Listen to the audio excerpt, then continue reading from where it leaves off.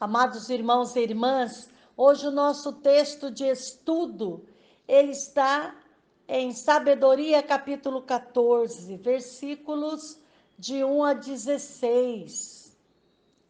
Nos versículos 1 e 2 deste capítulo 14, irmãos, aborda-se um segundo caso de ídolo de madeira, o da carranca de proa dos navios. Ele é bem mais frágil do que a embarcação que o transporta. Trata-se do costume de levar na proa a efígie de algum deus protetor habitualmente esculpido em madeira.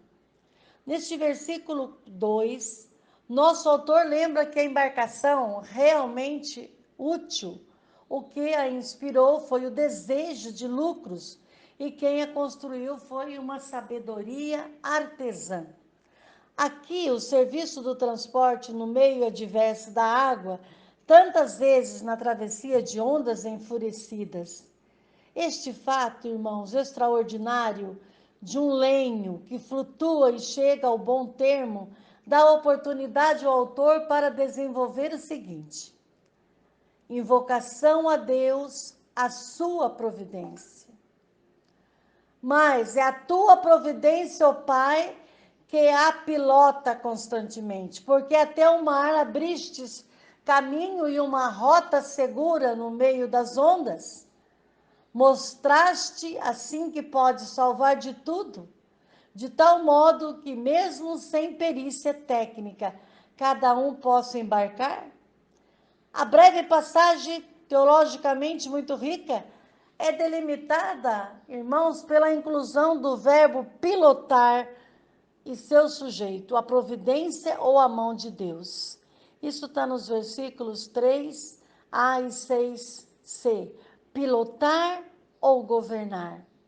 Designa, irmãos, a atividade daquele que ao leme conduz a embarcação para que não perca a rota. Pois bem, construída pela sabedoria artesanal, a embarcação precisa ser conduzida pela sabedoria divina, que aqui o autor chama de providência. Por isso o autor se dirige a Deus, chamando-o de Pai. É a única vez também que assim o invoca, não para pedir-lhe algo, mas para louvar, porque é a sua paterna providência que realiza a maravilha de conduzir as embarcações pelo mar, como realizou a maravilha da travessia pelo Mar Vermelho no Êxodo, segundo o que ele já recordou no capítulo 10, e vai lembrar ainda novamente no capítulo 19, quando formos estudar, perceberemos isso. O autor está justamente mostrando a ação de um Deus que caminha com o seu povo, que o liberta, que o invoca para a justiça. Lembram que Deus, pela sua providência, que tudo governa. Ele é alguém que pode salvar de tudo, isto é, de todo perigo. Versículo 4 está isso.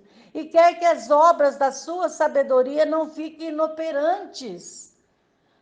É a última vez, aliás, que o autor, como eu já disse, nomeia explicitamente a sabedoria em seu livro.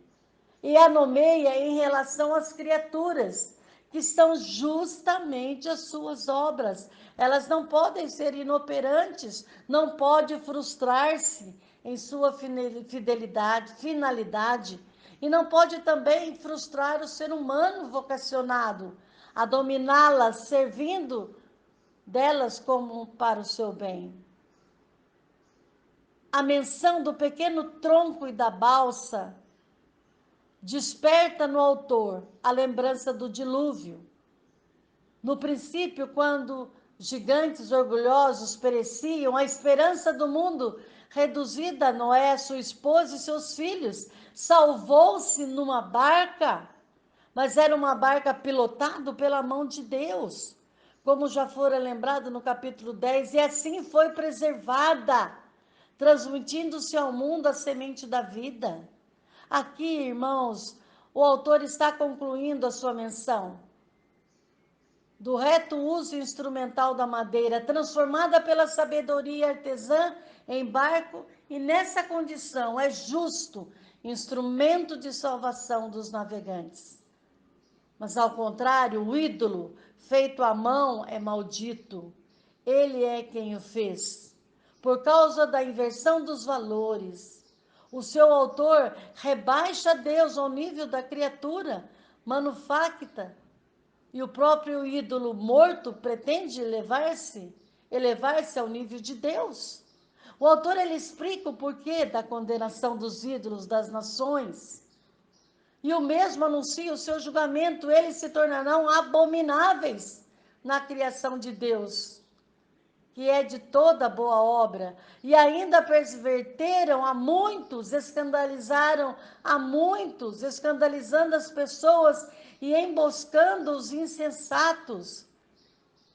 A idolatria, esta, entendida como infidelidade a Javé e aliança com ele, com todas as consequências de desregramento ético, não só evidentemente no campo sexual, não, irmãos, na prostituição, mas o autor vê também na descoberta dos ídolos a corrupção da vida, que ele contrapõe ao desígnio primitivo de Deus.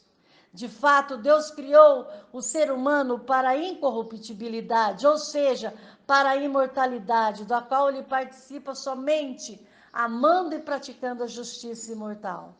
Nos versículos 13 e 14, o autor ele está convicto de que no princípio a humanidade reconhecia o Deus verdadeiro e que foi pela vanglória humana que os ídolos entraram no mundo, como também foi pela inveja do diabo que o mundo entrou à morte.